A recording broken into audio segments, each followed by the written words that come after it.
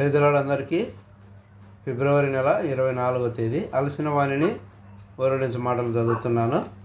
ఈ దినం పుట్టినరోజు పెళ్లి రోజు జరుపుకుంటున్న వాళ్ళందరినీ కూడా మన రక్షకుడు ప్రభు అయిన యేసు క్రీస్తు సమృద్ధిగా దీవించునుగాక.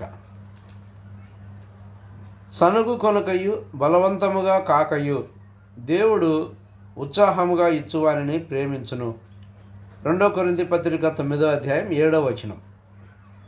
ఒక వేకువజామున నేను ప్రార్థించుచుండగా ప్రభు 5 రూపాయలు ఎంతో అవసరమైన ఒక విధవరాలిని దర్శించమని నాకు చెప్పాను. మరియు ఆమెకు నేను ఆ 5 రూపాయలు అందించవలెనని చెప్పాను. కావున నేను లేచి నా జేబులు వెదుకగా ఏమీ లేవు. ప్రభువు నాతో వెళ్ళి ఇమ్ము అని చెప్పుచుండెను. కావున నేను కోటు వేసుకొని నా బైబిల్ తీసుకొని డబ్బు లేకుండానే నేను బయటికి నడిచి వెళ్ళుతిని. వింత సంగతి ఏమనగా నేను వెళ్ళుచుండగా 5 రూపాయల నోటు రోడ్డు మీద పడి ఉండటను గమనించి తిని దానిని పైకి తీసి ఎత్తి పట్టుకొని ఎవరైనాను 5 రూపాయల నోటు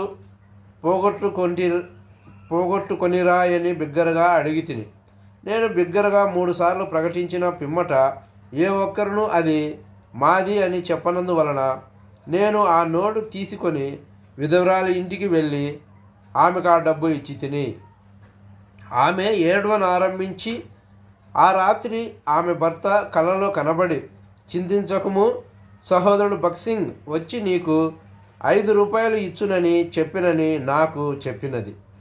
ఆమె కూడా ప్రభువు నన్ను పంపునని నన్ను గురించి అప్పుడే తలంచుచున్నానని చెప్పినది. ఈ విషయములు అకస్మాత్తుగా వాటంతటా అవే జరగలేదు. ప్రభు మనకు సహాయము చేయ కొలది అక్కరలో ఉన్నవారికి సహాయము చేయవలెను. మనము ఆహారము లేక వస్త్రములు లేక డబ్బు యొక్క అక్కరలో ఉన్నవారిని చూపించుమని ప్రభు యొద్ద ప్రార్థించి అడగవలెను. ఆ రీతిగా మనము పేదలైన మన సహ విశ్వాసులు, విధవరాండ్రు, అనాథలకు సహాయము చేసి ప్రోత్సహించగలము. అనేక మంది విశ్వాసులకు అక్కరలో ఉన్నవారికి ఇచ్చుటకు చాలినంత మరియు చాలినంత దానికంటే అత్యధికమైన డబ్బు కలదు కానీ వారు దానిని ఇతరులతో పంచుకొనుటకు మనసు లేనివారుగా ఉందరు.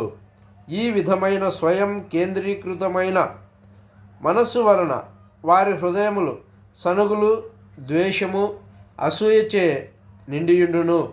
అపొస్తలుల కార్యములు 6వ అధ్యాయం 3వ వచనంలో ఆది సంఘము ఏ రీతిగా తమ సమస్యలు పరిష్కరించబడుటకు ఆత్మతోనూ జ్ఞానముతోనూ నిండుకొని మంచి పేరు పొందిన మనుష్యులను ఏర్పరచుకొనెనో చదువుదుము.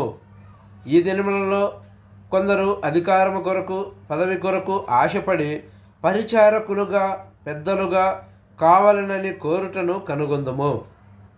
అట్టి ప్రజలకు పేద విశ్వాసుల ఎడల ప్రేమ, పట్టింపు ఉండదు. వారు కోరునదంతయు కేవలము ప్రాధాన్యతయే. ఎవరైతే ఆత్మీయముగా ఉండి దేవునిచే సిద్ధపరచబడుదురో వారు కాపరులగుదురు. అందరికీ వందనాలు. Thank you.